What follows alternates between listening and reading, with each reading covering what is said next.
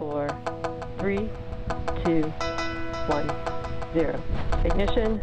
Liftoff. With gratitude to our veterans today and always, go USA!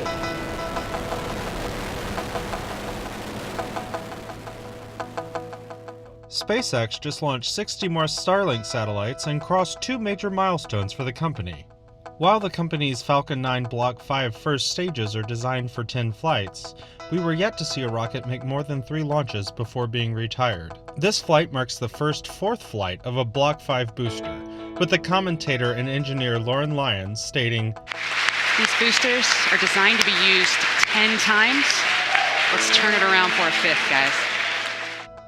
Also on this launch was the first time the fairings were reused.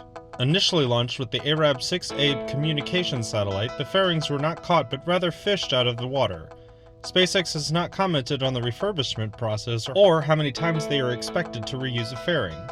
Unfortunately, the Veterans Day launch saw seas too rough to attempt to catch, though both boats were available for the mission. The booster has also already been brought to shore for refurbishment. Congratulations on another milestone. A computer screen displays roughly 2 million pixels of information at 1080p resolution. A good DSLR captures images in roughly 20 million pixels. Imagine trying to do anything on your computer using an image of just 2 pixels. This is what scientists have attempted to do across 5 scientific papers, analyzing Voyager 1 and 2's data as they pass into interstellar space and comparing the 2 distant journeys against each other. Voyager 1 experienced a gradual increase in high-energy cosmic rays, with sudden spikes with corresponding dips in the low-energy charged particles from the Sun, suggesting that interstellar space may leak in and mix with the edge of our solar system. This period ended with a sudden shift to high-energy particles with an almost vertical drop-off of solar particles from the Sun, which scientists use as a gauge for the edge of our solar system in the beginning of interstellar space. On the other hand, Voyager 2 had a much different approach to this zone. The spacecraft experienced a gradual increase in the interstellar particles with a decrease in solar particles the same as its sister craft. However, this decrease was gradual and lasted 50 days farther than the first Voyager. While Voyager 1 did not have a functioning solar wind sensor, Voyager 2's was still functional and recorded an unexpected increase in density at approach to the drop-off. Both craft also experienced this zone for about 8 astronomical units, and in both cases the magnetic field did not shift to the galactic poles, which are not oriented the same way as the solar field, suggesting that while the craft may be out of the Sun's charged particle sphere, it may still be within the gravitational influence of the solar system. Now to discuss the conflicts in information. The leading factor may be that Voyager 1 crossed the zone during a low point in solar activity, while the second probe passed during a high point. Also, this data points to fluid interaction, suggesting that these fields could interact and intersect as 2 dynamic fluids. With only 2 points of information, scientists can really only speculate. The Voyager mission has been a hallmark of success for human spaceflight.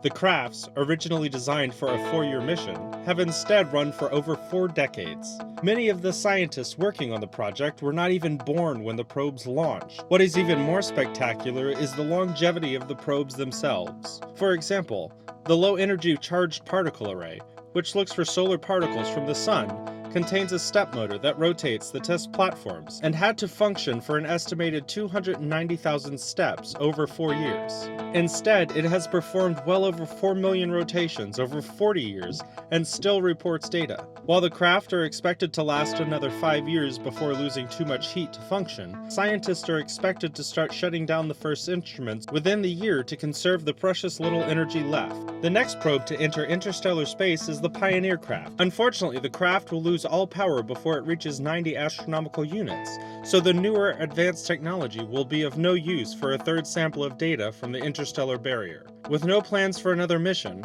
it will likely be decades before scientists receive any new data from this area of space. Fortunately, we have 40 years of data to pore through from these first 2 craft. The Hayabusa 2 asteroid probe closed out a little over 18 months of exploring the Ryugu asteroid.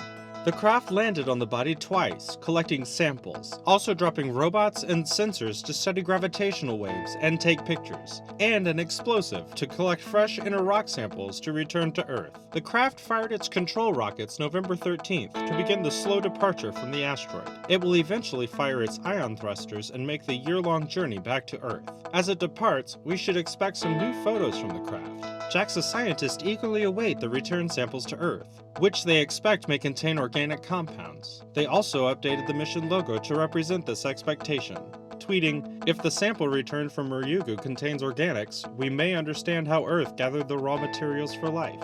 The craft contains a return capsule for the asteroid samples and will depart the mothership and fall through the atmosphere to a parachute-assisted landing in Australia sometime in 2020. JAXA will confirm landing dates once the ion thrusters have begun operation in the next few weeks. The team needs just 0.1 grams of material to do their analysis, but expect much more than that to be returned. This has been This Week in Space Travel. Please like, share, and subscribe to keep up to date on the world of tomorrow. See you next week.